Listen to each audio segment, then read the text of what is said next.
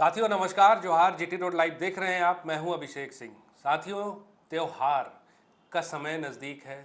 त्योहार को लेकर के खरीदारी का बाजार गर्म है, लेकिन साथ ही साथ आप देखेंगे कि चुनाव की भी जो है माहौल गर्म है। 243 सीटों पे जहां बिहार में चुनाव होना है, जिसकी घोषणा तारीखों की चुनाव आयोग कर चुका है, उसी के साथ साथ में आप देखिए कि झारखंड में भी एक सीट पर उपचुनाव है। कुछ हमारे नए दर्शक हैं, उनको मैं बताना चाहूँगा कि घाटशिला उपचुनाव जो दिवंगत शिक्षा मंत्री रामदास सोरेन के निधन के बाद से खाली हुआ था, उस पर उपचुनाव 11 नवंबर को होना है। अब बात यह है साथियों कि इंडिया फोल्डर से लगभग ये तय माना जा रहा है कि झामुमो इस सीट से चुनाव लड़ेगा और जो उम्मीदवार होंगे वो कोई ना कोई रामदास सोरेन के परिवार से होंगे। या सोमेश सोरेन हो सकते हैं या स्वर्गीय रामदास सोरेन की पत्नी हो सकती हैं। इस पे चर्चा हम करेंगे आगे। और साथ ही साथ साथियों एक बात और कि क्या इस चुनाव में इंडिया फोल्डर से जेएमएम सिर्फ अपने दमबूते पे चुनाव लड़ेगा या फिर कांग्रेस और अन्य सहयोगी दलों की भी उतनी भागीदारी होगी। इन चर्चाओं को करने के लिए आप फ्रेम में देख रहे हैं हमारे साथ हमारे पॉलिटिकल एडिटर शैलेंद्र सिन्हा जी हैं। शैलेंद्र जी, सबसे पहली बात आपसे ये जानना चाहूँगा कि जैसे जैसे चुनाव अब नज़दीक आ रहा है, सारे पॉलिटिकल पार्टियां रेस हो रही है, दोनों फोल्डर में भी काफ़ी खींचातानी चल रही है, तो क्या लग रहा है आपको कि जेएमएम की ओर से जेएमएम इस चुनाव में अकेले लड़ेगा या फिर कांग्रेस और बाकी सहयोगियों भी अपनी भूमिका निभाएंगे? बात तो आप देखिए बिल्कुल सही कह रहे हैं। जो झारखंड में उपचुनाव है और इसी तरह बिहार में भी चुनाव होने हैं, 243 सीटों पे 2 चरणों में मतदान होना है, तो मुश्किलें तो बड़ी है। झारखंड के नज़रिए से देखें या फिर कांग्रेस गठबंधन या फिर इंडिया फोल्डर के जिस रूप में भी आप देखना चाहें, तो यहाँ पर मतलब आप कह सकते हैं जो उतना बड़ा स्टेक दांव पे नहीं है झारखंड में, जितना बड़ा बिहार में इंडिया फोल्डर के लिए, इंडिया गठबंधन के लिए चुनाव जीतना महत्वपूर्ण हो। लेकिन बावजूद इसके झारखंड में उपचुनाव है और जिस तरीके से ये उपचुनाव जिस पृष्ठभूमि में हो रहा है 11 नवंबर को, तो निश्चित रूप से इसमें जेएमएम की दाव ज़्यादा है।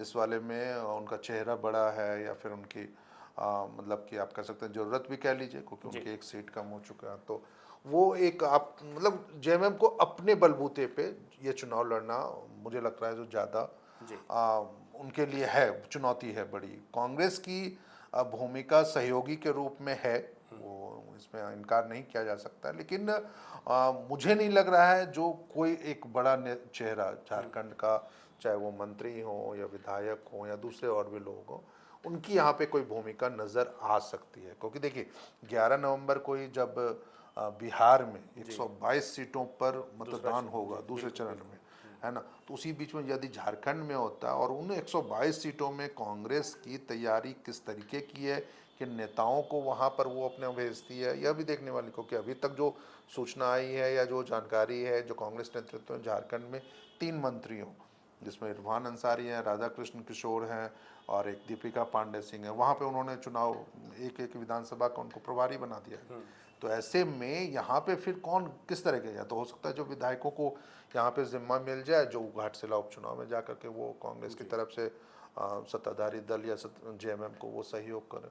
तो ये एक बड़ा है मसला। यह भी है जो जेएमएम की तरफ से क्या होगा। जी, कल्पना सोरेन को आप देखिए कि बहुत हाँ, राजनीतिक प्लेटफॉर्म पे नज़र आ रही थी पहले जब चुनाव हो रहे थे, लेकिन अब जो है वो उतना बहुत ज़्यादा एक्टिव नहीं नज़र आती। तो ये डिपेंड करता है या ये निर्भर है जो झामुमो को बिहार में क्या मिल रहा है। जी, बिहार में जिस तरीके से जेएमएम वहाँ पे 12 सीटों का दावा कर रहा है, और यदि पार्टी दबाव बनाते हुए राजद पे और यदि अपने लिए कम से कम 3-4 सीट यदि लेने में कामयाब रहती है, तब तो फिर सीएम हेमंत सोरेन पे बड़ा दबाव रहेगा जो वो उन सीटों को चुनाव में निकालें, जी। है ना। तो आपको ऐसे क्या लग रहा है में कि वो उधर व्यस्त हो जाएंगे या फिर यहाँ हाँ, ध्यान नहीं, दे पाएंगे? ये देखिए यही एक चुनौती है। देखिए क्योंकि हेमंत सोरेन सरकार के मुखिया हैं और लगातार वो रामदास सोरेन के परिवार के संपर्क में रहे हैं, वो जा भी चुके हैं, कई बार परिवार से मिल चुके हैं, परिवार के लोग मुख्यमंत्री से आके मिले हैं, तो मुख्यमंत्री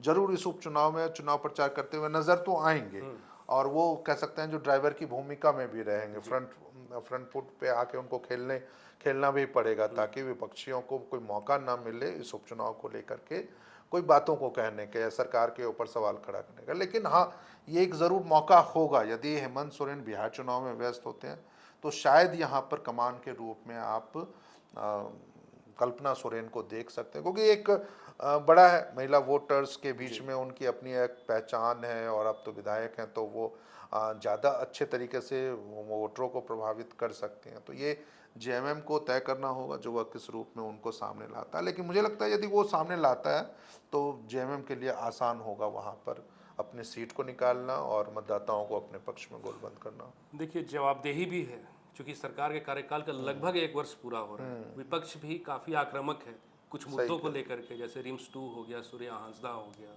क्या आपको लगता नहीं है कि इसके लिए सरकार को भी तैयार होना चाहिए? नहीं, बिल्कुल बहुत ज़रूरी है, क्योंकि अभी देखिए जिस तरीके से इंडिया गठबंधन या इंडिया अलायंस के खिलाफ एनडीए की बैठक हुई है झारखंड में जी। और उसमें तमाम जो एनडीए के सहयोगी दल हैं बीजेपी के, जिसमें जदयू है, लोजपा है या फिर आजसू पार्टी है, तो ये तमाम लोग एक मंच पे भाजपा अध्यक्ष बाबूलाल मरांडी के साथ बैठक में शामिल थे।